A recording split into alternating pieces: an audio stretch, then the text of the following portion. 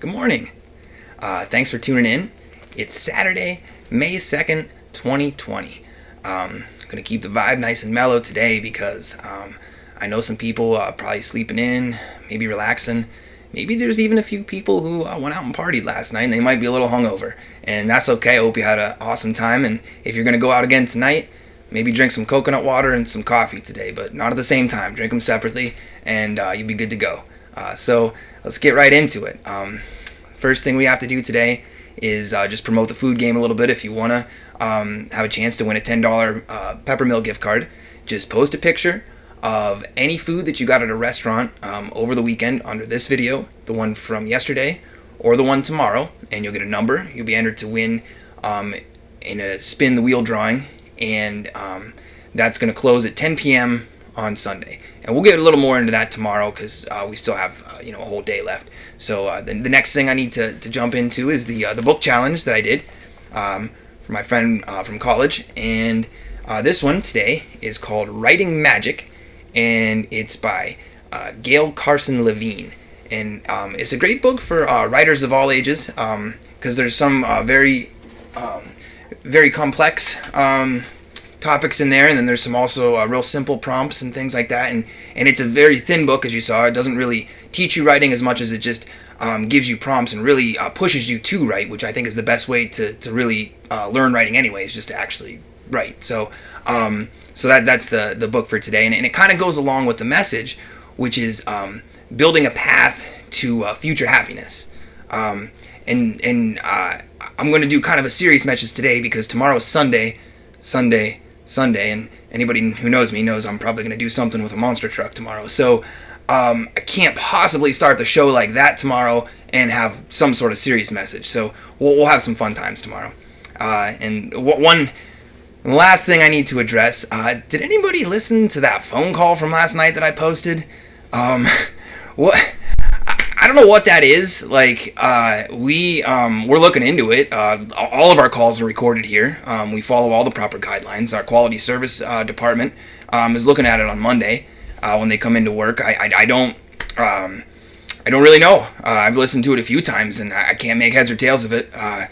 We're gonna have some more guests and characters and friends on here, and we'll also open up the phone lines again and see. I'm just surprised that anybody would eat an entire pack of cigarettes for breakfast. I mean, most people just stop at one or two. I mean, goodness. Anyway, so, building the path to future happiness. I need to show you a few props now. This will make this whole story a little bit better. And one of my friends asked me yesterday if I read off a teleprompter, and no, I wish. That would be really cool if I had a teleprompter, but I don't. I just have a mouse pad and a little thing here, notebook, and have some notes on there. That's it. Pretty old school. So I'm going to show you this Gibson guitar here as my first little prop to tell you this whole story. And just one thing to preface it, though, is Bob Ross, the old painter, is somebody that I really loved as a human being and had a lot of respect for.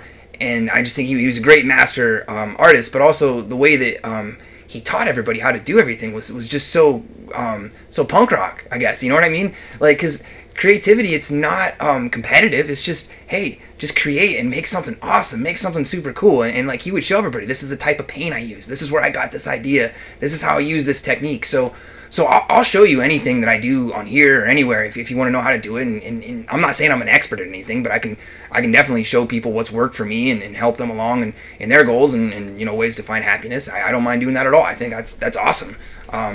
Definitely want to see people be as creative as possible.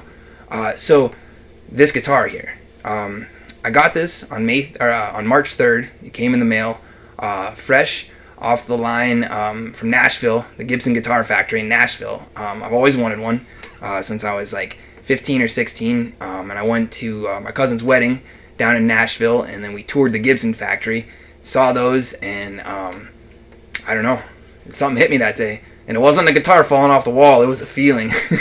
And quick shout out to my cousin, because I know he watches these, so I'll give him the peace sign without dropping my guitar. The one from Nashville, so that was definitely a nice trip. But anyway, I knew I wanted one someday, and I knew it wasn't going to be that day. So 17, 18 years later, I have a Gibson guitar. So I've had guitars in the past, but not this guitar. So it's basically been an appendage, like another appendage for me. It's been attached to me ever since I bought it. I just keep playing it. And it's brought back so many memories and so much just like reminiscent thought about old goals and old creative thoughts and all sorts of stuff like that.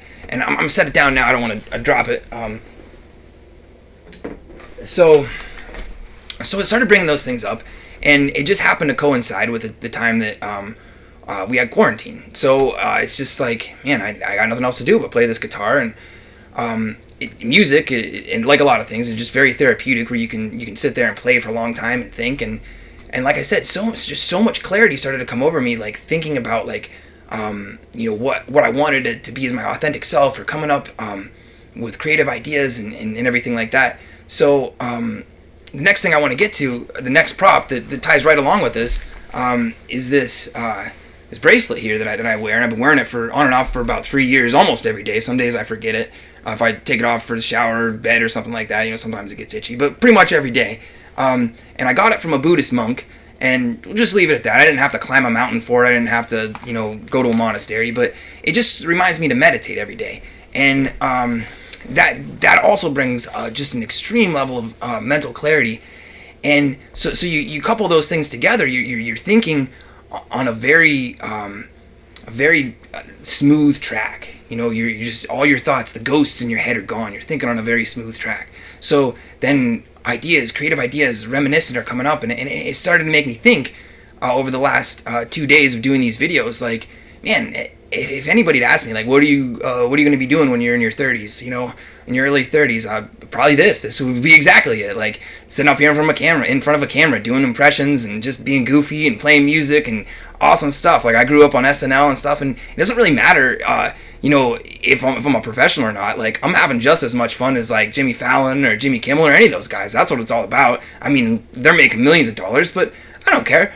I'm gonna have guests on next week. Some virtual, maybe some in the studio, maybe even some that are furry and friendly. So that's, what I mean? Like, that's really cool. I'm having a lot of fun with it, and that's all that really matters. And it's the same with the guitar. It's so much fun. It doesn't even matter if you're good. Like, just jam. Like, I don't even really learn covers ever, like, except for those Blink-182 ones that I've known for years, because like, once I started to feel the guitar how I wanted it to sound, I just never really thought about anybody else's sound. I just wanted to create my own sound, and that's it. Like that. So I really encourage everybody, like the same way that Bob Ross did, to just create their own sound, create their own life, create their own happiness. Like, I think creativity is really what drives us. It's the most amazing part about life, I think. And so to try and to wrap this up here, because I know we're at the 8-minute mark, and these keep getting longer every day somehow, so I really got to wrap them up. But above me, right here, in this briefcase, it is not, in fact, Marcellus Wallace's soul. I do not have any Big Kahuna burgers here. I do not have any tasty beverages, and I really just can't risk taking it off the shelf without having those things.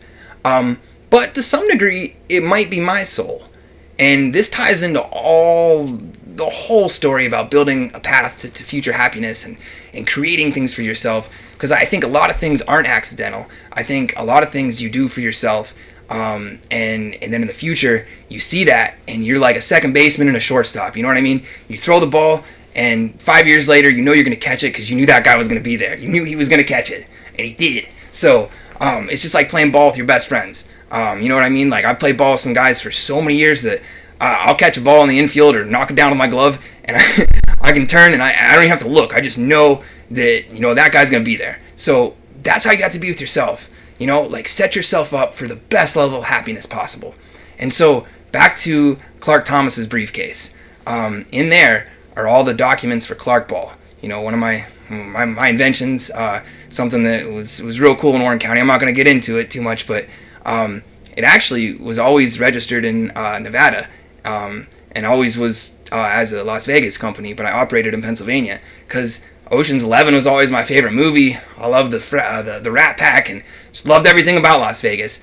And so even in college and right after college, just went to Vegas and I was setting myself up for stuff. And when I read about those business LLC laws and loopholes and things like that, I said, I'm registering in Nevada. And so I did that. And you know, I don't have a business out there now, which is fine. But it gave me reason to keep going to Nevada. It gave me reason to keep going to Las Vegas. And so I would apply for jobs frequently. And I think in September of 2015, I was working at a factory. I was a janitor, and it's fine. I work at a factory now, but that doesn't have to identify you. You know what I mean? That doesn't have to define you. You're whatever you want to be. Whatever you want to be. So I thought, yeah, man, I don't want to work in a factory anymore. So I left that job. I moved to Florida, and I moved to Florida. Traveled across the country, and I'll get into that later. Florida's its own story. But I ended up in Las Vegas again, like always end up in Las Vegas, and I started applying for jobs. I go through 3 interviews. I get a job at this company called World Crawl. They're the largest party tour company in the entire world. I work my way up through a salesman, and then I'm an inside salesman. And then I'm the inside sales manager of the largest party tour company in the entire world. Las Vegas, Nevada, Miami, Florida, Whistler, Canada, San Diego, California. I manage all those cities. At the helm, a little desk, you know, kind of where I'm at right now, big screen, and I was on the phone all day, every day, just Party Central. My face was a little face. When you click on their website, it will pop up, and you see my face, and you could chat with me in the little chat box. Like, the largest party tour company in the entire world. And in 2016, this was 2016, I got that promotion in June.